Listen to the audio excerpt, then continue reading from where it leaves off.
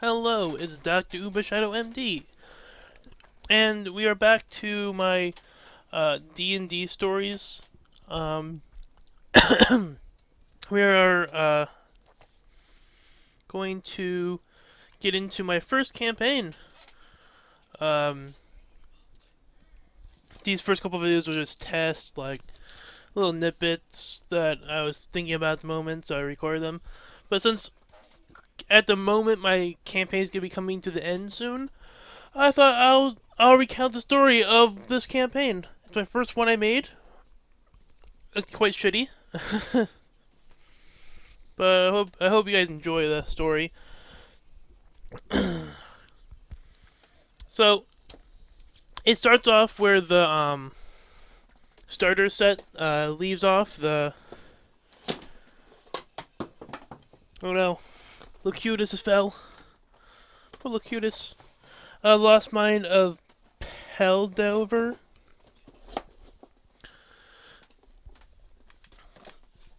And I think they just saved Gundren, and they were in the treasure room, looting everything. And when they were about to leave, I told them that a mysterious black hole appears underneath them, and they fall right through. And while they're falling in the black void of nothingness, they hear a voice saying that they're going to be her champions. So, they fell, and fell, and fell, and splash. And they landed in a swampy, marshy area, which they have no idea where they are, because they're abducted by a unknown deity of unknown power. But as soon as they get dropped, they realize they're in a swamp. Specifically, it's called the Lost Swamps. You get lost very easily in here. I kind of made it like the Lost Forest in Legend of Zelda, but as a swamp, basically. They hear sounds of a struggle, so they go investigate it, and they run into a human female knight. Surrounded by how many spiders? A couple spiders, like 5 spiders. Surrounded by 5 giant spiders. So they all fight the spiders, save the knight. After the fight, the knight gives them a plot, give them basic knowledge of what's happening in this area. Okay, better. She was sent with a whole squadron of knights to rescue Lady Astora, Princess of Nitooktook. I cannot take credit for the name Nitooktook. It was my friend's idea. So the main continent. This is just an island I jumped them off at to get them started. But the main continent is called Nitooktook. So they learned that the princess got kidnapped. Her squadron tracked them down here, but on our way here, they got attacked by a sea monster. She's the only one left. Basic backstory like that. After she's done spilling her guts, she quite literally spills her guts and turns into a zombie. So I threw a spider fight, and now a zombie fight. This zombie fight was particularly hard because she was wearing plate armor, So her AC was like 18, and she was a zombie. So she could come back, but she didn't. Um, they basically wander around until they find their way out of the swamp and find their way to Port Guttersnaps. Another name that I did not take credit for. Um, but when they reach Port Guttersnaps, they realize it's like a ghost town. Like windows, doors are boarded up. Um, I think they did run into a thing of zombies. Um, cause I think one of them made the noise. Nah. Anyway, they had a zombie fight in there too. And after the zombie fight, they're trying to figure out what to do. And Takal quite literally gets grabbed off the street into a bar by this crazy old man looking type. And proceeds to be like, "Are you a zombie?" No, no, I'm not a zombie. It's like, "Oh, good. You seem friendly. I didn't want to kill you." Kind of crazy. um, so he Takal directed the rest of the party to come inside the bar, which is Daddy Yankee's Diner. Most of these names I did not come up with myself. I'm very uncreative. But Daddy Yankee's Bar, ran by Daddy Yankee, the crazy old man that likes dragging people off the streets. Oh, at the bar, too, there is a pirate captain named Captain Leroy J. with his parrot, Petey.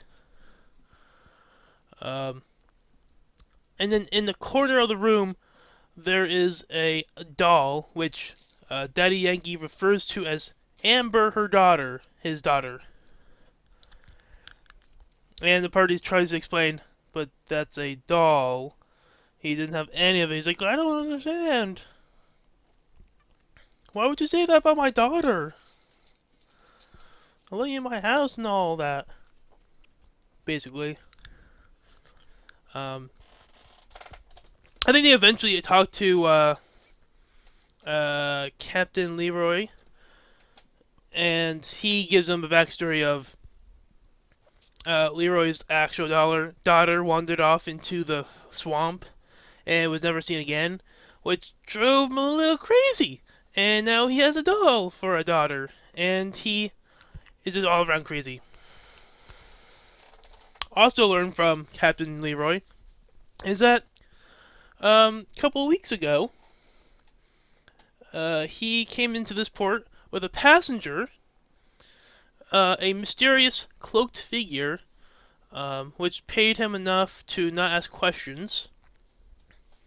And after he reached the port, and the guy just wandered off towards the graveyard, they started having zombies pop up around places. And that's how the zombie infestation happened. So they're like, oh, okay, I guess our next stop is at the graveyard. So, they go to the graveyard, they find the a mausoleum type structure, named the Crypt of the Ancients. And the door is locked with 3 keyholes. As they inspecting the door, a wraith with 2 ghouls just pop out of nowhere, and they fight.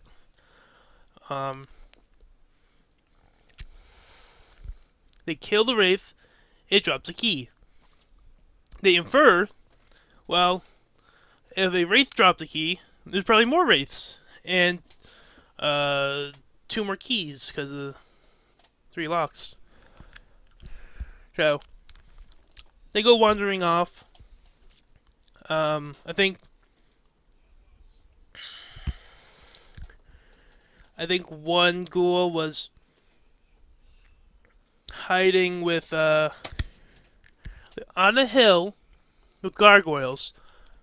I specifically remember this one because while they were fighting, Rogar decided to use his boots of leaping and striding to hop up, impale the gargoyle when it was flying up in the air with his double hand axes, and making him fell to earth, shattering him. And then the third one was erased with a minotaur skeleton, which wasn't really a particularly hard fight because I kept missing all my gore attacks. So after getting the third key, they wander back to the mausoleum. And this is where the first Milo gets introduced. The Bard. With his... I think we said that he was wandering the graveyard because his grandma was buried here and he carried around her urn and she wanted to see her grave or something or other like that. Something like that. It's hard introducing a character in a graveyard. Like, why was he there in the first place? But I digress. They open the doors. They run into a gargoyle. Yeah, there's one gargoyle. I think I beefed him up a little bit because there's only one enemy against four.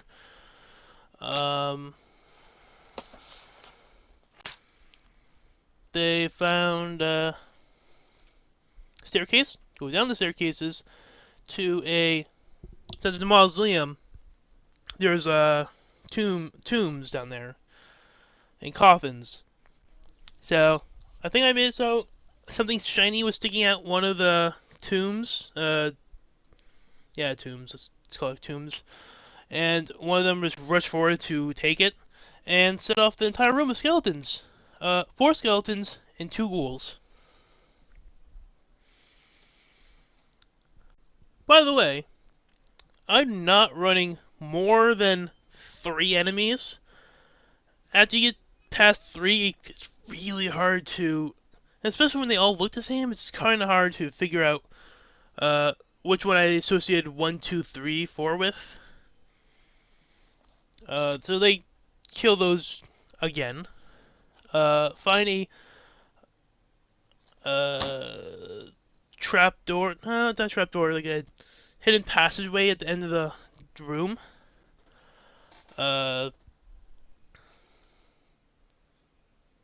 They go through it.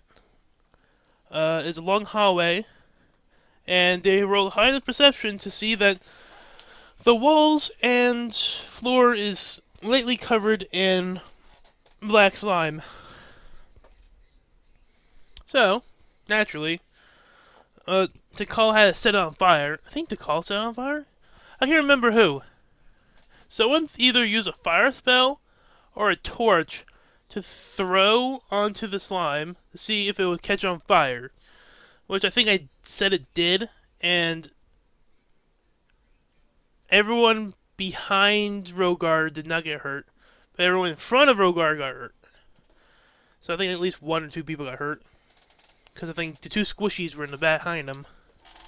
Anyway, they quickly see a slime hanging on the wall in a circular room. I think they attacked it and it fell down into the center room and would not move. Just wouldn't move. So, Tikal is infinite wisdom.